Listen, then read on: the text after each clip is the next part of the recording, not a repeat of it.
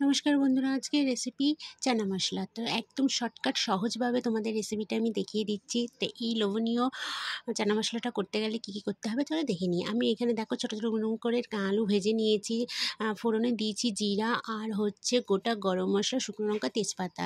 একটু আলুটাকে ভেজে আমি একটা টমেটো গ্রেট করে দিয়ে দিয়েছি, দিয়ে একটু কষিয়ে নিয়ে তার মধ্যে দিয়ে দিলাম বেশি করে পেঁয়াজ বাটা, আদা বাটা, রসুন বাটা দিয়ে কষিয়ে নিয়ে এর মধ্যে দিয়ে দিচ্ছি লঙ্কার গুঁড়ো, জিরের গুঁড়ো, হলুদের গুঁড়ো, লবণ আর দিয়ে দিচ্ছি কাশ্মীরি রেড চিলি পাউডার দিয়ে একটু কষিয়ে নিয়ে এর মধ্যে দিয়ে দিলাম টক দই দিয়ে নিয়ে ভালো করে কষিয়ে নিচ্ছি। কষিয়ে নিয়ে এর মধ্যে দিয়ে দেবো টমেটো কেচাপ দিয়েও ভালো করে দেখো কষিয়ে নিচ্ছি। স্বাদের জন্য দিয়ে দিলাম একটু মিষ্টি, দিয়ে ভালো করে কষিয়ে নিচ্ছি। এবার দেখো আমি আগে থেকে সেদ্ধ করে রাখা কাবলি চানাগুলোকে দিয়ে দিলাম, দিয়ে ভালো করে কষিয়ে নিচ্ছি। ভালো করে কিন্তু কষাতে হবে, ভালো করে কষিয়ে নিয়ে দিয়ে দিতে হবে গরম জল।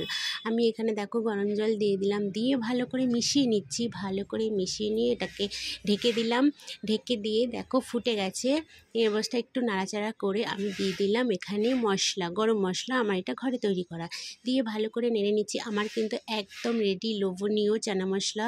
কেমন লাগলো রেসিপিটা অবশ্যই জানিও কিন্তু।